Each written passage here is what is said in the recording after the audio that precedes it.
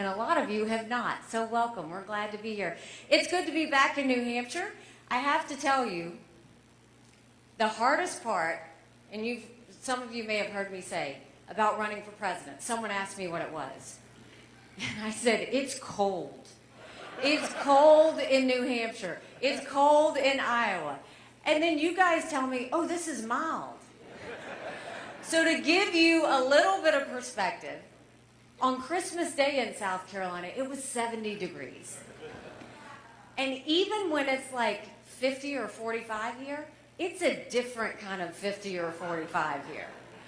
So when Governor Sununu, when we were talking and he was thinking about endorsing, he said, what winter sports do you do? Do you ski? I go, no. He goes, do you snowboard? I'm like, no. And I'm thinking, oh, I'm losing this endorsement quick. And he's like, well, what winter sports do you do? He goes, what do you do when you come to a place like this? And I said, sit inside. I said, I'm a beach girl. But then I decided I could snowmobile. So you may see me snowmobiling. We'll see. Well, it's great to be here. For those of you who don't know me, I was born and raised in a small rural town in South Carolina. 2,500 people, 2 stoplights. You couldn't think about doing something wrong without somebody already telling your mom. My mom started a business out of the living room of our home. 30 plus years later, it was a successful company. I started doing the books for the family business when I was 13. It wasn't until I got to college that I realized that was child labor. I'm not an Ivy Leaguer. I went to a public university. I went to Clemson University. Go Tigers. Their bowl game is today. Graduated with a degree in accounting. I'm an accountant.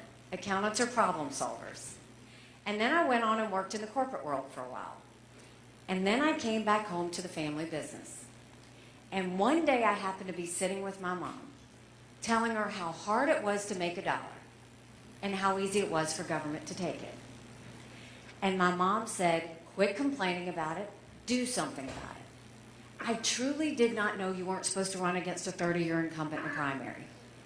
I had never been politically active. Ignorance is bliss. Once I realized he was related to half the district, the only option was to win.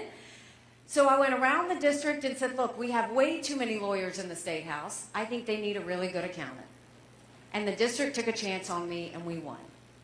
When I got to the State House, my focus very much was on small businesses. I believe small businesses are the heartbeat of our economy. And if you take care of them, you take care of a lot of families. And so for 3 or 4 years, that was where my focus was. And in South Carolina, a lot of legislation is passed by voice vote. All in favor, say aye. All opposed, nay. The ayes have it. But one day they passed through a bill that would give legislators a pay raise. All in favor, say aye. All opposed, silence. The ayes have it. Yet to this day, you can't find anyone that says they voted themselves a pay raise. I was furious because we had a Republican House, a Republican Senate, and a Republican governor. And so I filed a bill that said anything important enough to be debated on the floor of the House or the Senate is important enough for the people to know how their legislators voted. And the Speaker of the House said, put the bill away. We don't need to have it. We will decide what the public needs to see and what they don't. Long story short, when I refused to put the bill away, when I went around the state and told everyone what was going on with voice votes, they stripped me of everything. I lost all my seniority. They took me off my committee assignments. I could take the well. No one would hear me speak. I could file a bill. No one would co-sponsor. So I ran for governor. And I'm proud to say one of the first bills we signed into law is now in South Carolina. Anything important enough to be debated on the floor of the House or the Senate requires a legislative vote on the record. And we took it a step further, and we did it on every section of the budget as well. And I love music, so on the day of the bill signing, we blasted throughout the State House, Pat Benatar's Hit Me With Your Best Shot.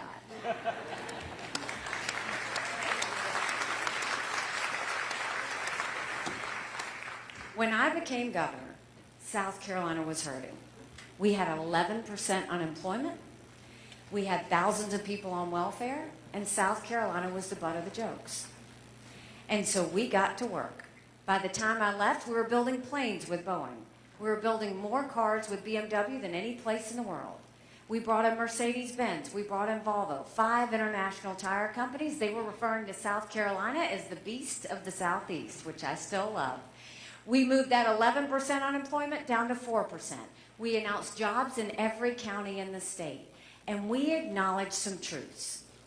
We said if you have to show picture ID to buy Sudafed, if you have to show picture ID to get on a plane, you should have to show picture ID to protect the integrity of the election process. We passed voter ID in South Carolina.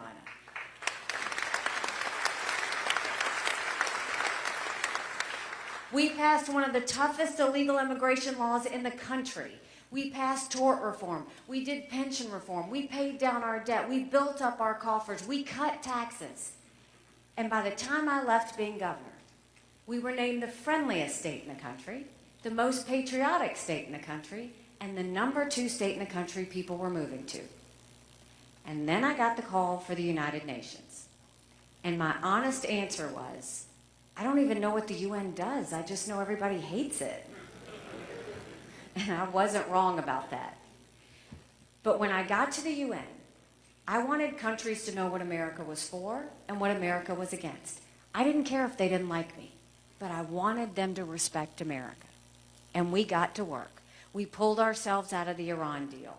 We made sure that we passed the largest set of sanctions. We pushed China to do it against North Korea to stop them from testing ballistic missiles. We moved the embassy from Tel Aviv to Jerusalem. We got ourselves out of the farce that was the Human Rights Council. We got out of the Paris Climate Agreement that was mandating the U.S. and not mandating any other country. We stopped paying taxpayer money to the Palestinian Refugee Organization. But of all the things we did, the thing that I think was the most important was we took the kick me sign off of our backs, and America was respected again. Now I'm running for president, and I don't need to tell you how bad things are. You don't have to turn on the news to see it. You feel it when you go to the grocery store. You feel it when you go to the gas station. Our mortgage rates are higher, our insurance payments are higher. Everything that we have to pay has gone up. And I would love to tell you that Biden did that to us. And he has sent us down this roller coaster of socialism that's dangerous, and we have to put an end to it. But I've always spoken in hard truths, and I'm going to do that with you this morning. Our Republicans did that to us too. You go back and look at that $2.2 trillion COVID stimulus bill that they passed with no accountability whatsoever. It expanded welfare that has now left us with over 80 million people on Medicaid, 42 million people on food stamps. That's a third of our country. And did Republicans try and make it right? No, they doubled down and opened up earmarks and pet projects for the first time in 10 years, pushing through 7,000 of them last December. Want to know how they spent your money? $30 million on an honors college in Vermont. $10 million to tear down a hotel in Alaska. $7.5 million on a courthouse in Colorado. And the list goes on. In the 2024 appropriations budget, Republicans put in $7.4 billion worth of pet projects and earmarks. Democrats put in $2.8 billion. Now you tell me who the big spenders are. All while 1 in 6 American families can't pay their utility bill. 60% of Americans are living paycheck to paycheck. 50% of American families can't afford diapers. Homelessness has gone up 12%. We now have 650,000 Americans who are homeless. Social Security will go bankrupt in 10 years. Medicare will go bankrupt in 8. We are $34 trillion in debt. Then you look at our education system. Everybody wants to blame COVID for education. We had problems with education before COVID. Do you know right now in America, only 31% of 8th graders in our country are proficient in reading? 31%. Only 27% of 8th graders are proficient in math. If we don't do something and do something quick, we're going to be in a world of hurt 10 years from now. And then when it comes to the border, I really think I've run out of things to say about the border. It is such a dereliction of duty, what's happening. I went to the border, and I didn't pull a comma, go and come back. I went 400 miles down that border. You're not ready for what I saw. Mounds of shoes, mounds of clothes, paraphernalia, rape areas that the women and girls have to go through. When you get up in the morning, you get your coffee and you watch the news. When these ranchers get up in the morning, they get their coffee and they go see if anybody died crossing the fence. They pick up whatever little kids were left behind and they turn them over to Border Patrol. I met with multiple sheriffs. Before 7 a.m., they round up whatever illegal immigrants they can find. They turn them over to Border Patrol. Border Patrol documents them and releases them until their court date years from now. And when I asked Border Patrol about their job, they said, "Do you want to know what we do? We're glorified babysitters. They don't let us do our job." 8 million illegal immigrants have come to the border. Not just southern border, northern border. You guys know that. We've had enough fentanyl cross the border last year that would kill every single American. Number one cause of death for adults 18 to 45, fentanyl. And don't think for a second China doesn't know what they're doing when they send it over. And then, my parents always told me, you take care of those who take care of you. But I'm going to ask you if we're taking care of those who take care of us. Right now in America, over 35,000 of our veterans are homeless. 1 in 3 suffers from PTSD or thoughts of suicide. We lose 22 heroes a day to suicide. If a veteran needs a doctor's appointment, on average, takes 29 days. Why 29 days? Because on the 30th day, they can go to the doctor or hospital of their choice. So midway through the 29 days, they get a call to reschedule, and the clock starts all over again. It's shameful how we treat our veterans. And then you go and you look at Washington, D.C., and you look at Congress. What has Congress done for you lately? Anything? They have one job: to give us a budget on time to pay for government. Do you know Congress has only given us a budget on time 4 times in 40 years? Think about that.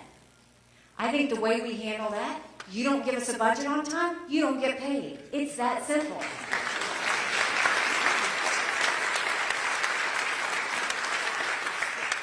Don't you think we need to have term limits in Washington, D.C.? Don't you think it's time we have mental competency tests for anyone over the age of 75? And I'm not being disrespectful when I say that. We all know people who are over 75 that can run circles around us. And then we know Joe Biden. Congress has become the most privileged nursing home in the country. These are people making decisions on our national security. These are people making decisions on the future of our economy. We need to know they're at the top of their game. We can't play games with this. So that's a lot of bad, right? It's hard to find anything good. But now I'm going to tell you what I told South Carolinians when I became governor. No more whining. No more complaining. Now we get to work. How do we fix it? When it comes to the economy, let's start by clawing back to over $100 billion of unspent COVID dollars that are still sitting out there. Instead of 87,000 IRS agents going after middle America, let's go after the hundreds of billions of dollars of COVID fraud. 1 out of every $7 was fraudulent. If 8% of our budget is interest, quit borrowing. Cut up the credit cards. You have to balance a budget every day. I had to balance a budget as governor. Why is Congress the only group that refuses to balance a budget? We'll stop the spending, we'll stop the borrowing, we'll eliminate the earmarks. And I will veto any spending bill that doesn't take us back to pre-COVID levels. That will save us trillions.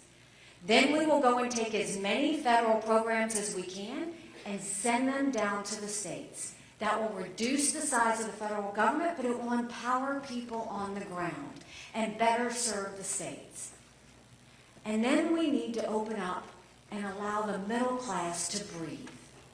Right now, the rich are getting richer and the poor are getting poorer, and we're losing the middle class. That's why I will eliminate the federal gas and diesel tax in this country. We will cut taxes on the middle class, and we'll simplify those brackets. And we will make the small business tax cuts permanent. They made the corporate tax cuts permanent, but they made the small business tax cuts temporary. If small businesses are the heartbeat of our economy, we need to treat them that way and make those taxes permanent. Once we do that, we'll start living within our means, we'll start to balance a budget, we'll start to pay down debt, and we can start to pull out of this. When it comes to education in South Carolina, we knew if a child couldn't read by 3rd grade, they were 4 times less likely to graduate high school. So we started holding those kids back instead of pushing them forward.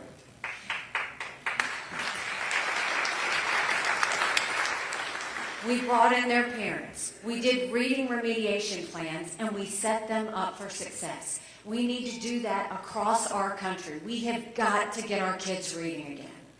And no parent should ever wonder what's being said or taught to their child in the classroom. We need complete transparency in the classroom.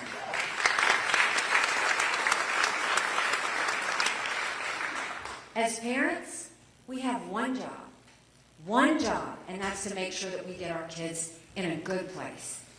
That's why every parent should be able to decide where their child goes to school or how they get educated. Every child deserves a good education, regardless of where they're born and raised. Stop mandating their education based on a zip code. And then let's start building things in America again. Let's put vocational classes back into our high schools.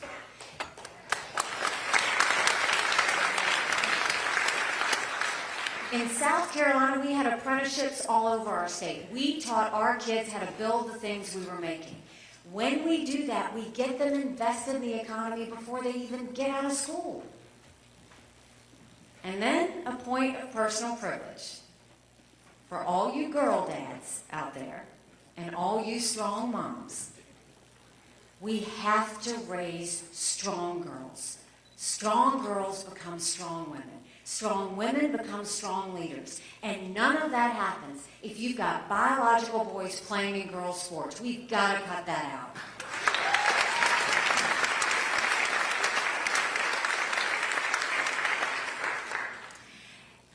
And then I think when it comes to our border, we will take what I did in South Carolina and we'll go national with it. We will do a national E-Verify program and require businesses to prove that the people they're hiring are in this country legally. We will make sure we defund sanctuary cities once and for all. No more safe havens for illegal immigrants. We'll put 25,000 Border Patrol and ICE agents on the ground and let them do their job. And we will go back to the Remain in Mexico policy so that no one even steps foot on U.S. soil. And instead of catch and release, we'll go to catch and deport. That's what will stop the bleeding that's happening on the border. And then when it comes to our veterans, we've all seen the images of when our men and women deploy and the tears that are shed. And then we see the images, God willing, when our men and women come back home to us safely and the prayers that are answered. I'm the wife of a combat veteran. He served in Afghanistan. The day he came home to us was a lot of prayers answered. But that was the easy part. The hard part's when we got home. Michael couldn't hear loud noises. He couldn't be in crowds. Life had passed him by for the year that he was gone, and the transition was tough. We can't just love our men and women when they're gone. We got to love them when they come back home, too. Let's focus on that transition. You can't just do 2 weeks and think they're going to be okay. You've got to continue to make sure that every veteran is taken care of. Let them go to the doctor or hospital of their choice. They've earned that right. And I think the best way we go about taking care of veterans' health care, I think every member of Congress should have to get their health care from the VA. And you watch how fast that gets fixed.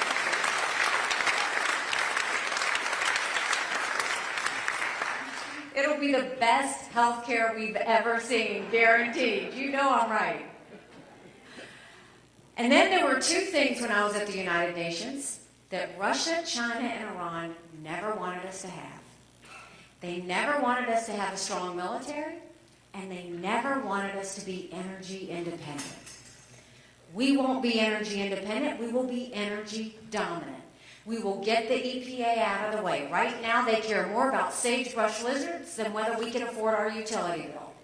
We will make sure we speed up the permitting process. We will get our pipelines going and get the Keystone Pipeline. We'll export as much liquefied natural gas as we can. Let's take our energy sector and not just do enough for America.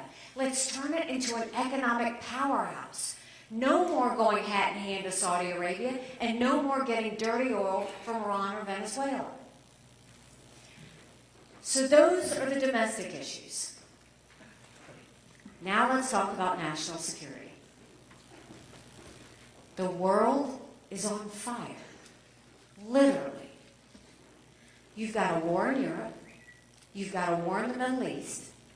You've got North Korea just tested an intercontinental ballistic missile capable of hitting the U.S. You've got China on the march.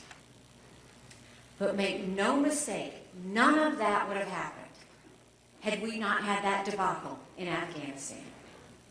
The idea that my husband and his military brothers and sisters who served there had to watch us leave Bagram Air Force Base in the middle of the night without telling our allies who stood shoulder to shoulder with us for decades because we asked them to be there.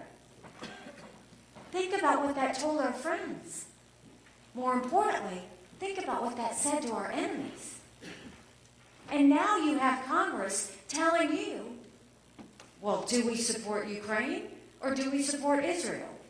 Do we support Israel or do we secure the border? Don't let them lie to you like that.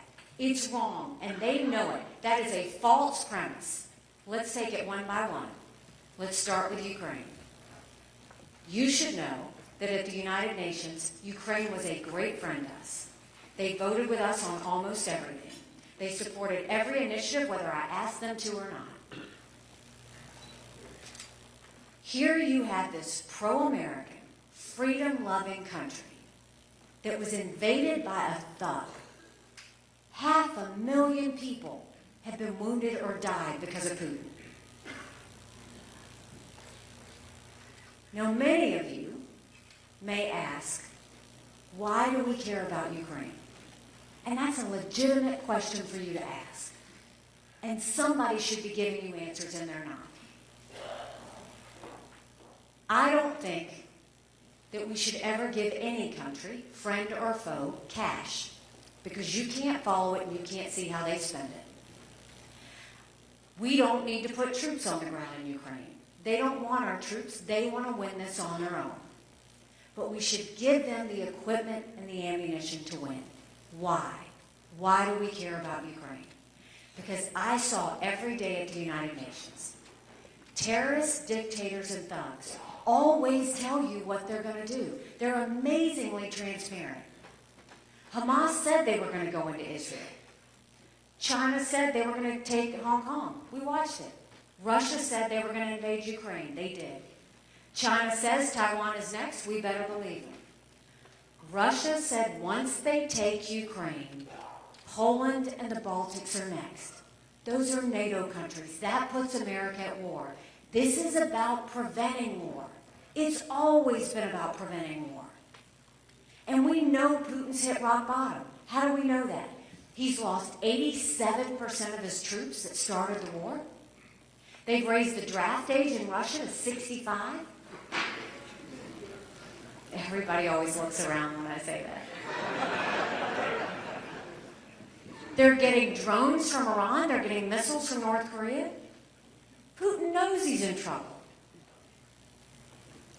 If we just supported Ukraine, that's only 3.5% of our defense budget to prevent war. 3.5%. The Europeans have put in more money than that, and they should. It's their neighborhood. Now let's go to Israel. I'm haunted by what happened on October 7th. And the reason I'm haunted is because I gave a speech 5 years ago at the UN and told the entire world that we knew there were maps. These maps were held by Hamas, and it showed that if they could break through the barrier, this is how they were going to kill as many Jews as fast as they could before anybody came. And it happened. Now, for any of you that want to know, why should we care about Israel? This should be personal to us. 33 Americans were butchered on that day. There are American hostages now as we speak. But God help us if we don't get this right. Israel is a bright spot in a tough neighborhood. They are the tip of the spear when it comes to defeating terrorism. It has never been that Israel needs America. It has always been that America needs Israel.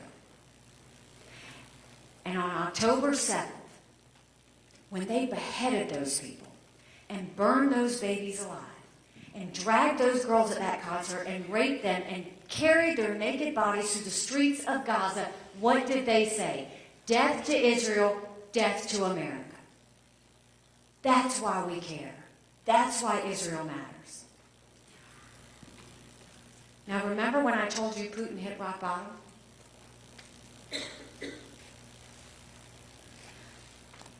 When that brutality happened on October 7th is Putin's birthday. Who's the happiest person in the world right now? Putin. Why? Because the U.S. and the West turned our sights from Ukraine and shifted it to Israel.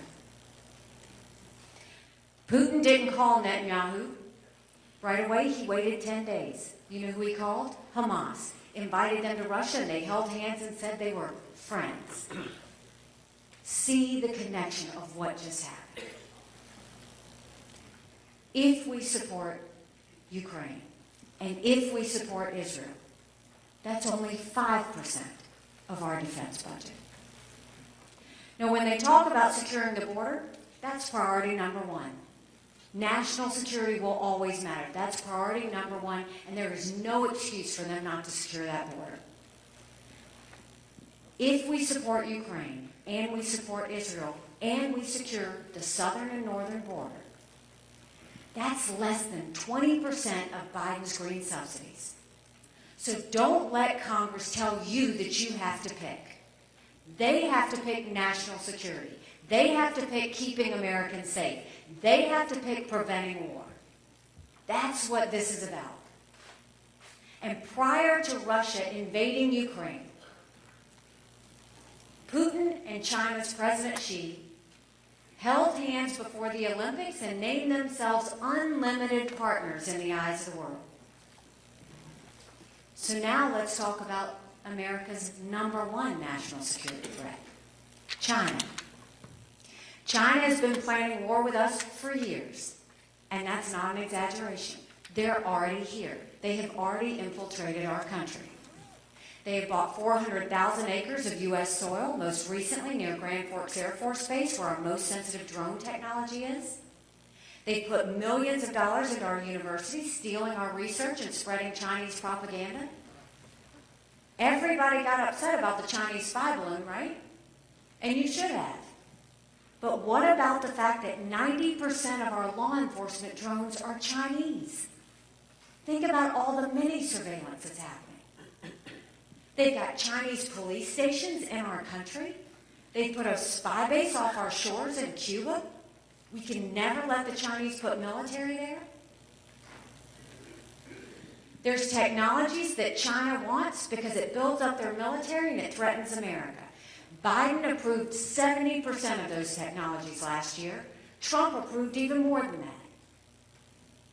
And we've lost more Americans to fentanyl than the Iraq, Afghanistan, and Vietnam wars combined.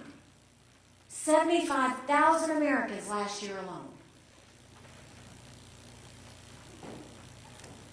And then China is building up their military at a scary pace.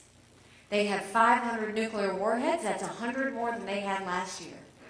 They have the largest naval fleet in the world. They have 370 ships. They'll have 400 ships in 2 years. We won't even have 350 ships in 2 decades. They're doing artificial intelligence. They're doing space. They're doing cyber. They've developed hypersonic missiles. We've barely gotten started.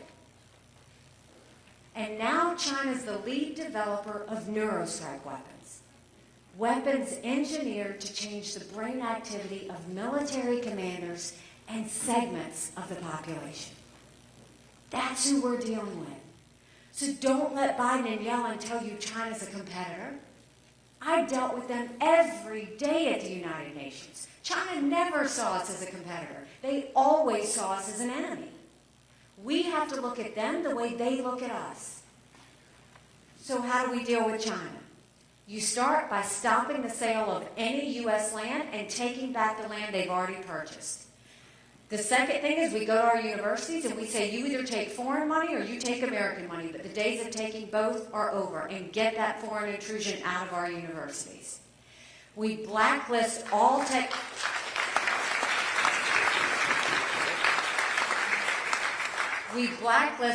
technology that helps China and hurts America. And we tell China, we're going to end all formal trade relations with you until you stop murdering Americans with fentanyl. You watch how fast they move. They need our economy.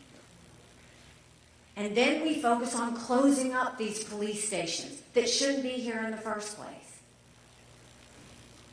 And then build up our military. Strong militaries don't start wars. Strong militaries prevent wars. We need to modernize our military. And that doesn't mean throwing a bunch of money at it. That means first cleaning it up. Get rid of the bureaucracy. Get rid of the red tape. Get rid of the fact that they play favorites with certain defense contractors. Get rid of the programs that have nothing to do with keeping America safe. I mean, for goodness sake, they have got to stop these gender pronoun classes. It's demoralizing our military.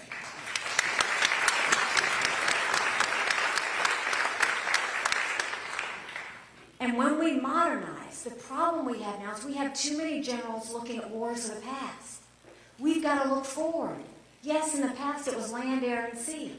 We need to be focused on cyber, on artificial intelligence, on space, on hypersonic missiles, on submarines. That's where the threats in the future are going to be. But if we keep our focus there, we will show the world that America's back. And that's what puts our enemies on our heels. Now, to bring all of this together, there's a reason the Taiwanese want the U.S. and the West to support Ukraine. Because they know if Ukraine wins, China won't invade Taiwan. There's a reason the Ukrainians want the U.S. and the West to support Israel. Because they know if Iran wins, Russia wins. China, Russia, and Iran are bound together in an unholy alliance. And what brings them together is their hatred of freedom, of democracy, and of all things, they hate America. We can defeat them, but not by putting our head in the sand, but by letting them know what we expect of them. When you do that, that's how you keep Americans safe. So we've talked about the domestic policies, we've talked about the national security issues. And before we do any of those, we have got to stop this national self-loathing that has taken over our country. The idea that people say America's bad or rotten or racist. I was elected the first female minority governor in history. America's not racist, we're blessed. Our kids need to know to love America. They need to be saying the Pledge of Allegiance before they start school every day.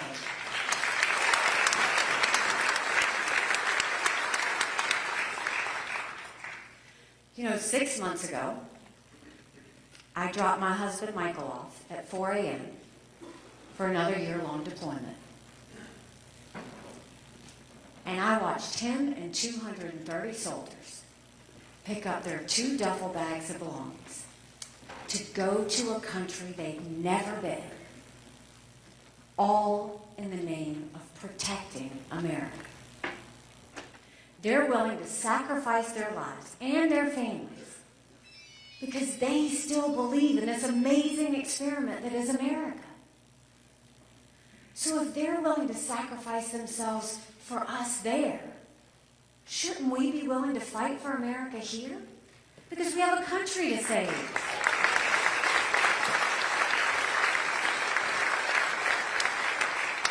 But in order to do that, we've got to acknowledge some hard truths. Republicans have lost the last 7 out of 8 popular votes for president. That is nothing to be proud of. We should want to win the majority of Americans. But the only way that's going to happen is if we have a new generational leader that leaves the negativity and grievances of the past and moves forward with the solutions of the future.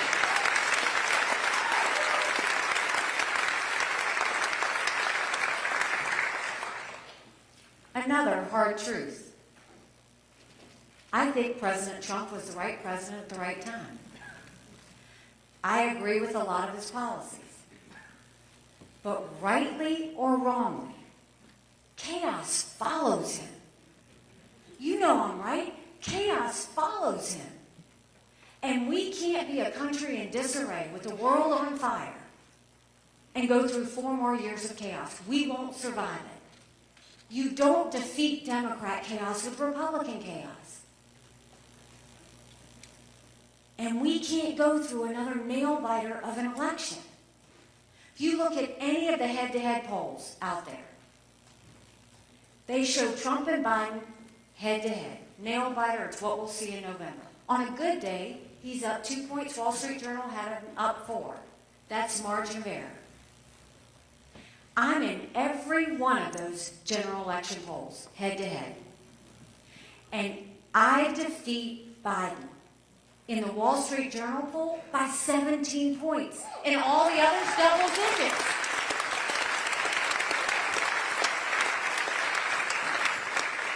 Do you know what that means? That means it's more than the presidency. That's governorships, that's the Senate, that's the House, that's up and down the ticket to school board. But 17 points is a mandate going into D.C. What's it a mandate for? It's a mandate to get our economy back on track and bring down inflation. It's a mandate to get our kids reading again and going back to the basics with education. It's a mandate to secure our borders and no more excuses. It's a mandate to bring law and order back to our country, and it's a mandate for a strong America that we can be proud of. Don't you want that?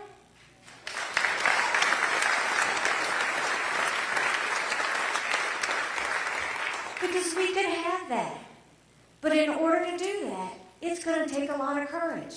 Courage from every person in this room. Courage for me to run. And courage for every one of you to know, don't complain about what happens in a general election if you don't play in this primary. It matters.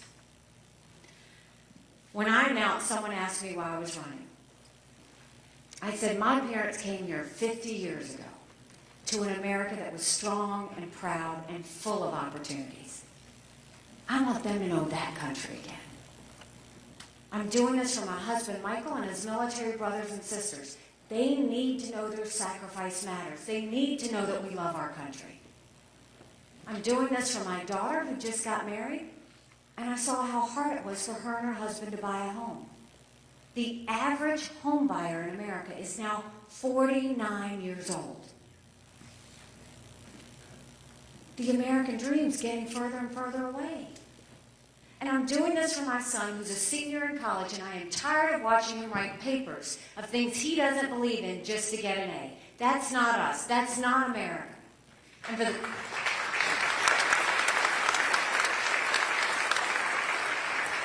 And for the first time 81% of Americans don't think their kids are going to live as good of a life as we did.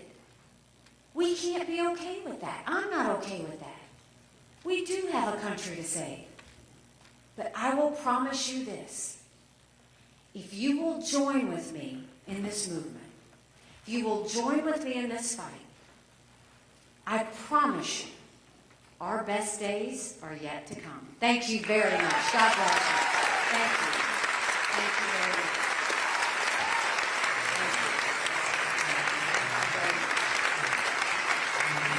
That's very good.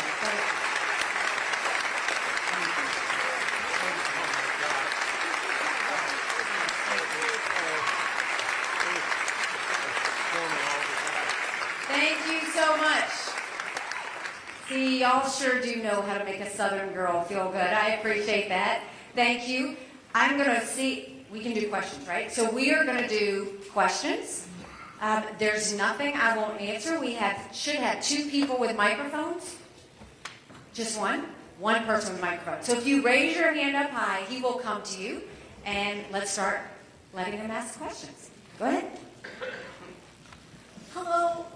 My name is Ria Patel. I am a senior in high school, and I am the founder and president of my own nonprofit, New American Scholars. And we provide tutoring for refugees in this country, including some of the Afghan refugees as a result of the recent displacement. I currently serve 240 kids, and what we have found is that these kids, there was an issue, there was a gap between where they were supposed to be and their American-born peers that has only been exacerbated by the pandemic. I am looking at 9th graders who can't read at a 2nd grade level. I'm looking at kids graduating high school who can't do basic multiplication. I'm really worried about these kids. They're not able to pursue higher education. They aren't being prepared to enter our workforce. This is a ticking time bomb. How do you plan on addressing through concrete policies the massive education gap that COVID has caused, particularly for kids who are already falling behind? Because while school choice is a wonderful policy, it's not going to work if we don't have any schools that are able to support these kids. Thank you. First of all, we want all Americans to be able to read. I think it's very important that we do that. There are refugees that we bring. I can tell you that when my husband and his unit came back from Afghanistan, their number one focus was getting the 2 interpreters back to America, because without those interpreters, they wouldn't have survived, and if those interpreters stayed, they would have been killed. So there are times where we bring in refugees, we vet them, we make sure we do it right. Having said that, it's a bigger issue than the kids you're dealing with. We are talking about all of America and the fact that 31% of 8th graders can't read. So remember when I said we're going to move the federal programs down to the state level? That includes K through 12 education. When you do that, states can decide how to use those resources. So in South Carolina, I started a nonprofit that helps our rural challenged areas of South Carolina after school with reading, with homework help, with studying, because a lot of our parents both work and there's no one there to help their kids. Every state knows what their issues are. I would much rather the money be down in the state where they can take care of their people than some Washington bureaucrat who thinks they know and treats every state as one size fits all. So that's really the key of trying to get that there. And when it comes to school choice, you say that. What people don't realize, even teachers are having a hard time. I mean, God bless our teachers. Right now, they have to teach, they have to parent, they have to be the guidance counselor, they have to be the pastor, they have to do all these other things. Oh, and by the way, teach to a test. And that's why we're losing teachers, is because they want to just do what they went to school to do. And that is to support children and get them in the right place. So it's all about prioritizing what we need to see in education and the support system we want there. I think it's best done at the states so that the DC bureaucrats aren't the ones deciding what New Hampshire needs, but New Hampshire citizens can decide what New Hampshire needs. Yes, ma'am. Hi, my name is Delia Berry. I've been a nurse for 2.5 years now, and I've experienced the nursing shortage firsthand at multiple hospitals at this point. And I know Governor Sununu has actually done a lot for us in this state. I was wondering what you plan to do to address the nursing shortage at a federal level. First of all, you do God's work. My daughter is a pediatric nurse at the Children's Hospital, and to see what these nurses do, I mean, they're angelic in every way. We can patchwork what's happening with nurses, right? Nursing shortage, a lot of that is they've had a rough few years. They see a lot, they feel a lot, and they don't get paid much. And there's a lot of reporting, and there's a lot of other things that they have to do, and they get burnout. And that's how we're losing our nurses. One, we want nurses, we want people to want to become nurses. But in order to do that, it's a bigger issue. We have to deal with healthcare in this country. How can we be the best country in the world and have the most expensive healthcare in the world? Doesn't make sense, right? That's why I will go and open up the entire healthcare system. We're not going to pick on one part of it. We're going to pick on all of it.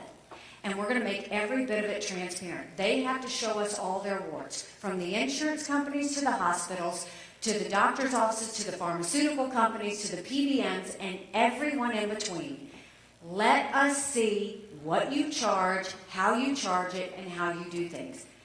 Michael and I take care of my parents. They're 87. My dad just turned 90. They live with us. When my mom was in the hospital, the nurse came to my mom and said, "Here's 2 Tylenol." And my mom said, "I'm fine, I don't need it." And the nurse said, "Honey, you better go ahead and take it. You're going to be paying for it anyway."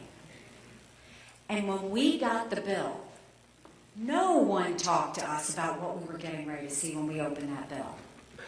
But it was negotiated on between the hospital and the insurance company. That's wrong. We have got to get the patient out of the passenger seat, out of the back seat, and put the patient in the driver's seat. Think about when you go to get your car fixed. What does the mechanic say?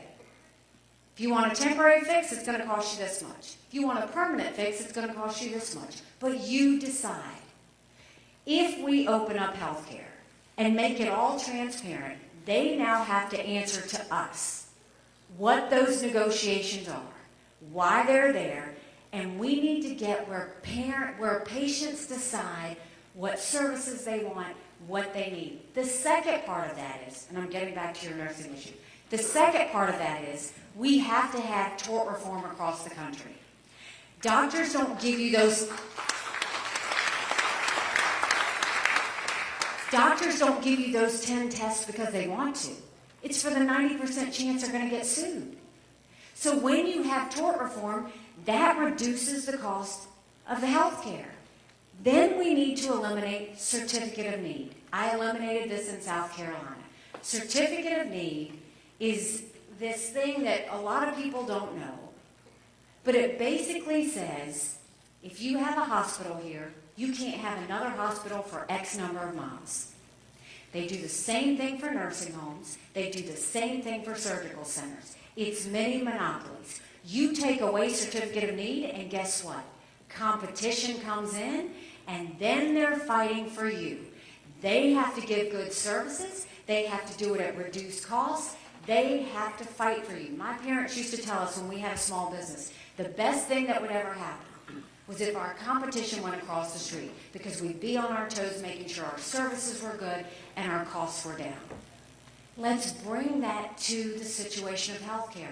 And when that happens, guess what else happens? They fight for our nurses. And when they fight for our nurses, all of a sudden, they have to pay you more. They have to treat you better. They realize they have to educate more nurses. And they don't overdo with the good nurses they have.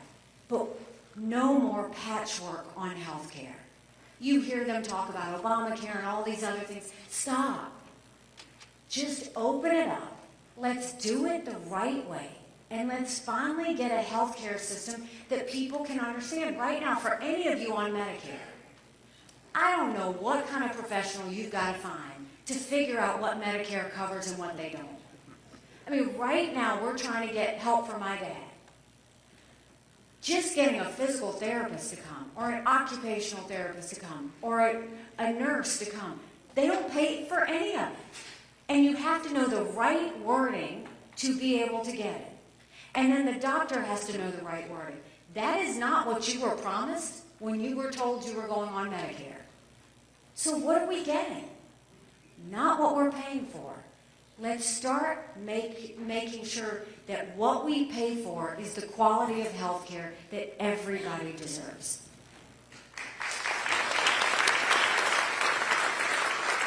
Yes, sir. Yeah. First of all, thank you for spending so much time here in New Hampshire. Of course. I appreciate It's it. been fun. Thank you. All right, and the question that I have is, what can we do to address international cybercrime, which I think is a major issue for the U.S. right now? Thank you. It's a major issue. It's been a major issue. And it's the reason why I said we've got to modernize our military and realize that cyber is a big issue. What I saw at the United Nations, cyber and social media are the cheapest forms of warfare for any of our enemies. They all know. And now that they're in space, space doesn't mean just going to the moon. Space means our satellites. They know how to take down our grids. We've got to be ready for anything that they're going to do. And I don't think government is what will fix that. We've got to go to our private sector and say, how do we make sure that we have everything we need to be protected from any cyber attack that could come our way? Because if you know it's the cheapest form of warfare, it's the easiest form of warfare for any enemy that we may have. So it's not about that we can't do it. But again, who's talking about cyber? No one. But you know who is? Iran, Russia, and China. They're talking about it every day. Do you know that the presidential candidates, we were briefed that they already know that they're going to be involved in putting themselves in our elections, spreading misinformation, putting things out there? We saw it in 2016. There were Facebook, basically there would be posts on Facebook that Russians would put out that advertised a rally that had racist tones to it. Americans would show up at those rallies not knowing that they were showing up at a Russian organized protest. That's what they're doing. And the Chinese are in on it, and the Iranians are in on it, and they don't just do it in America, they do it throughout Europe. The Europeans are having the same problem. So yes, we have got to deal with cyber from the idea of what they could do to our infrastructure, what they could do to our banking system, what they could do in our healthcare system, what they could do in terms of misinformation. We're already seeing that. But the way we do it is through the private sector, partner, get a coalition together, and say, what are our top issues that if they did this today that would hurt America, and start addressing those immediately. The first issue is knowing you have a problem, and then saying we're going to do something about it.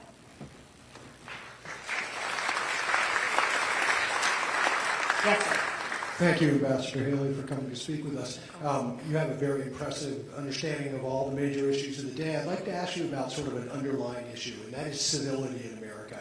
Sadly, we've gotten to a place where I think most people with a neutral mindset can say, you know, what did Lincoln say? A nation divided against itself cannot stand. So it's January 2025. You're President of the United States. What do you do? What does the Haley administration do to promote civility again in America? You know, it's not what I say to you.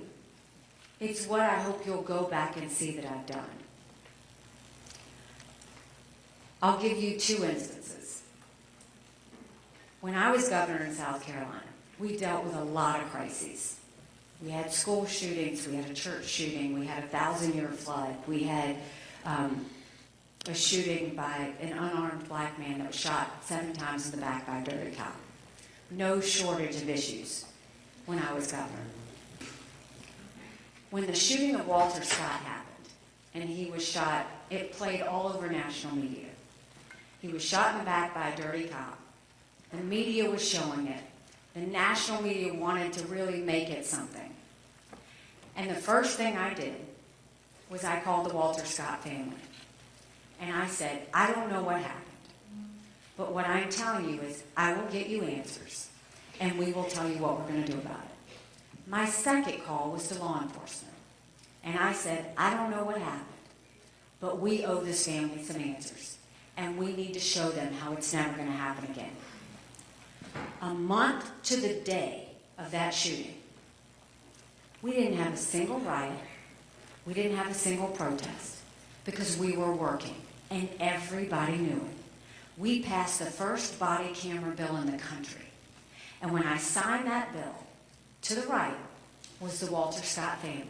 And I said, never again will you have to worry about this happening to anybody else and us not be able to do something about it. And to my left was law enforcement. And I said, never again will you have to worry. We won't have your back. Because now we will be able to show the good work that you do. A month later, we had the shooting at Mother Emanuel Church. We had 12 people who do what so many South Carolinians do on a Wednesday night. They went to Bible study. But on that night, someone else showed up.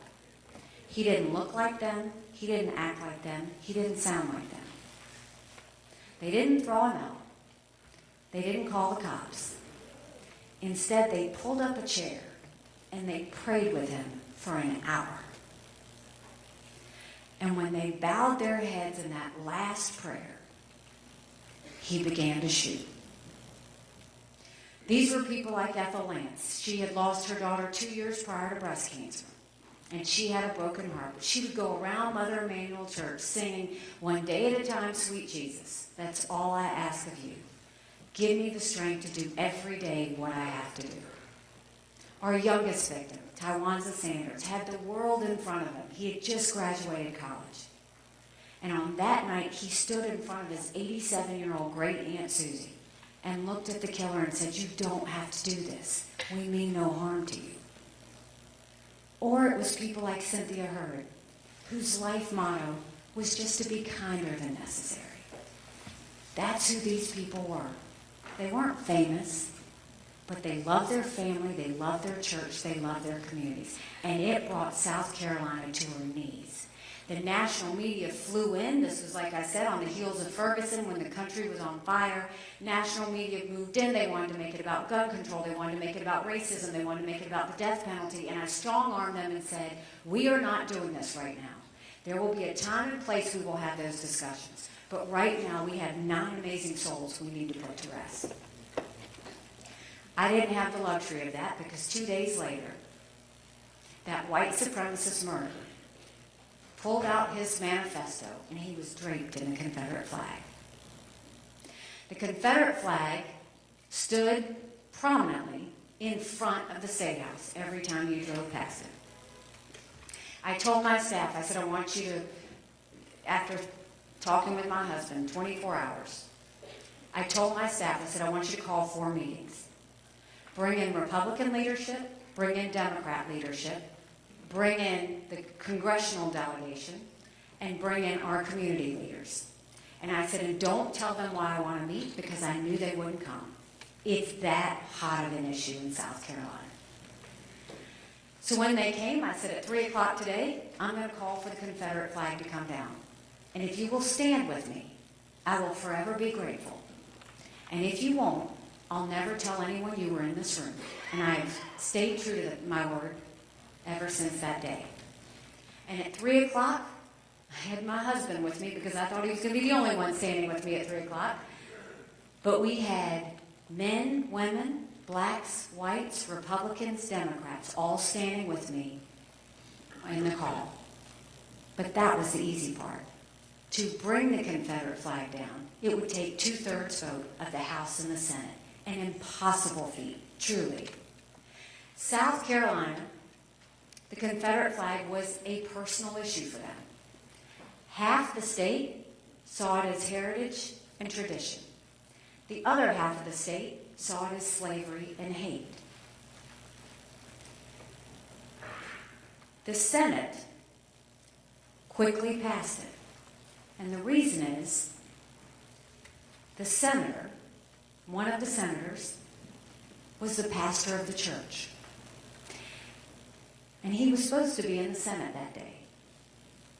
And so the night of the murders, I called him and I said, Senator, I am so sorry about what happened. I will be there first thing in the morning. Whatever your families need, we will get them taken care of. And it haunts me to this day because he was at that church. And the idea that the phone was ringing in his pocket haunts me. So we passed it in the Senate. When it was time to go to the House, keep in mind this is the same legislature that demoted me, that took me off the committees, and wasn't like always favorable to what I wanted to do. So the speaker says, look, I can't help you. We're completely divided. We can't do this. And I said, you've got to bring that flag down. He comes back and he goes, okay, they're willing to do it, but they want to put a different type of Confederate flag up there. I said, no, you got to get rid of the flag.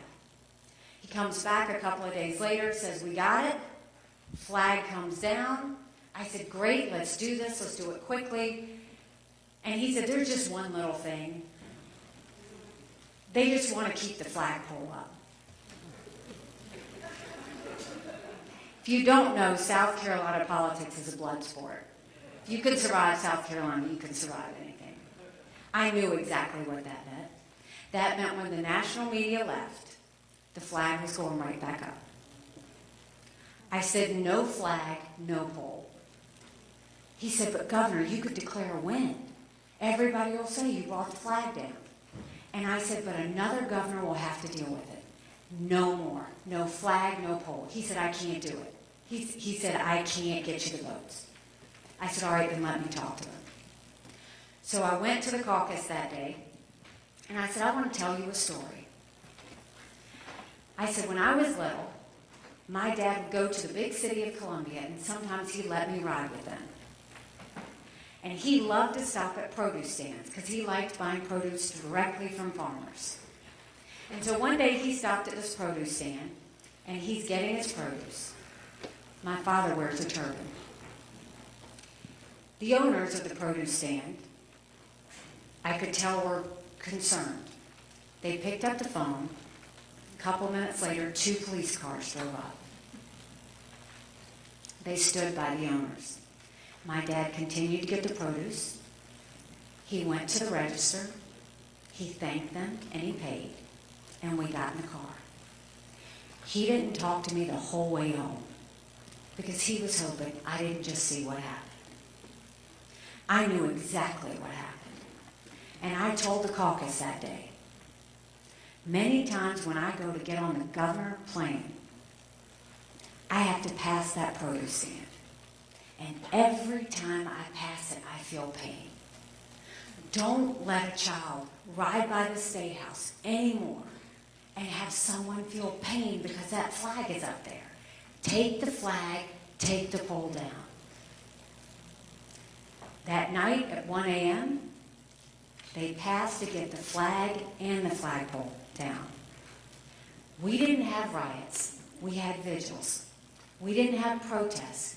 We had hugs.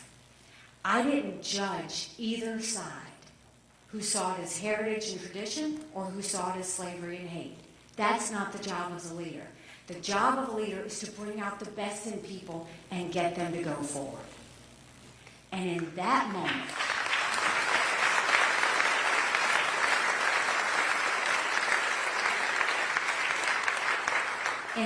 moment, America saw South Carolinians and the strength and grace that they had.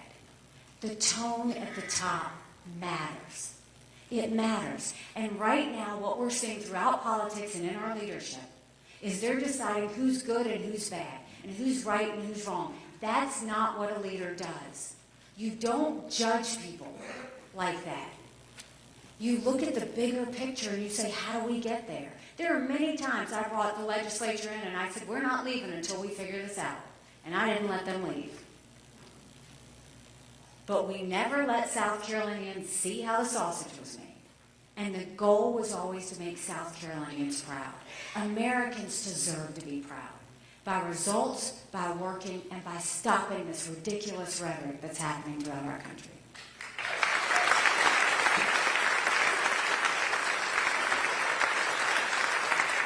We have time for one more question. Make it a great one. I'll try. Governor Haley and Ambassador Haley, I'm volunteer with Nikki. AA. Those are moments in time. Let's name it. I'm a volunteer with AARP in New Hampshire, and as you know, we are interested in issues like Social Security, Medicare, and prescription drugs. But I'd also like to tell you a little bit about caregiving. Caregiving is one of those unsung jobs that people will face in their lifetime. Some people are caught between working and taking care of an elderly parent or a disabled child. Caregiving comes in all forms.